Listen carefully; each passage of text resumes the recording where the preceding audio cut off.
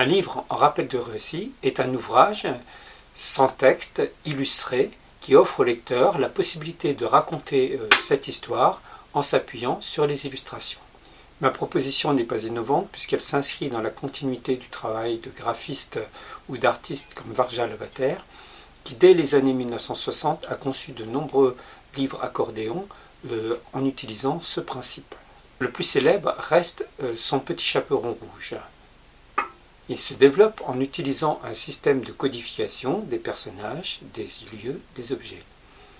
Ainsi, dans cette proposition, le petit chaperon rouge n'est plus obligatoirement une petite fille, ce qui permet d'appréhender le conte avec un tout autre regard que celui voulu à l'origine. Chacun pourra donc s'approprier et raconter cette histoire à sa façon. Pour ma part, j'ai pour l'instant travaillé sur 3 contes. J'ai choisi des contes qui ont retenu mon attention pour leur possibilité d'être illustrés efficacement par un procédé de codification, avec une dimension plastique qui me semblait en adéquation avec cette forme de narration, le rappel de récit. Ainsi, j'ai conçu la PPP, un titre énigmatique pour permettre au lecteur de retrouver au fil de la lecture le titre original du conte.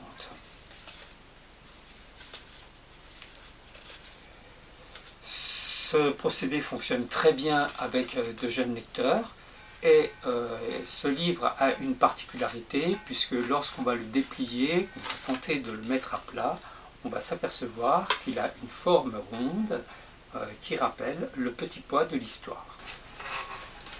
Le deuxième livre que j'ai créé dans cet esprit, c'est En sel et en sucre. C'est un livre imprimé blanc sur blanc. Il est imprimé avec des nuances de blanc différentes, comme du blanc brillant, blanc mat, blanc irisé. Il cherche à évoquer les pâtisseries comme le bretzel, la meringue, le sucre glace des éclairs à la vanille. Il propose une version sans texte du célèbre conte des frères Grimm, Hansel et Gretel. Pour mon dernier livre, en rappel de récit, 3 petits enfants, j'ai choisi une légende qui peut être traitée comme un conte. L'histoire de Saint-Nicolas. Chacun va donc pouvoir interpréter cette histoire comme il le souhaite et pourra la faire découvrir ou la raconter aux enfants. Une chose intéressante à souligner grâce à ce système de codage que Varja Lavater a su exploiter dans ses ouvrages, c'est la possibilité de montrer en images certaines scènes qui ne sauraient l'être dans toute autre forme illustrative, plus ou moins réaliste, comme cette scène où le boucher se précipite sur les enfants pour les couper en 1000 morceaux. Je vais vous proposer 2 lectures très différentes de mon livre pour vous convaincre que le rappel de récit autorise ces fameux exercices de style chers à Queneau. Vous aussi, vous aurez cette liberté d'offrir à votre enfant, à vos enfants, aux enfants dont vous avez la charge, votre propre interprétation de cette histoire. 3 petits enfants, proposition d'une lecture dans un langage plutôt soutenu. Il y a fort longtemps, dans une famille très pauvre, les parents demandèrent à leurs 3 enfants d'aller glaner dans les champs les épis de blé oubliés par les moissonneurs. Les enfants travaillèrent toute la journée et se laissèrent surprendre par la nuit. Perdus, ils suivirent un chemin qui les conduisit vers une maison d'où émanait une lumière rassurante. Les enfants frappèrent à la porte. Un homme, dans une tenue de boucher, leur ouvrit. Les enfants lui racontèrent leurs mésaventures et lui demandèrent s'ils pouvaient les héberger pour la nuit. « Assurément, leur répondit l'homme en leur cédant le passage vers sa demeure. Mais à peine les enfants furent-ils dans la boutique du boucher que celui-ci se précipita sur eux et les découpa en 1000 morceaux, qu'il jeta dans un grand saloir. Il imaginait déjà le succulent pâté qu'il pourrait faire avec cette chair fraîche. 7 années s'écoulèrent. Vint à passer par là un homme réputé pour ses pouvoirs magiques, son sens de la divination et capable, disait-on, de faire des miracles. C'était le grand Saint Nicolas. Il s'arrêta chez le boucher, car il avait grand faim.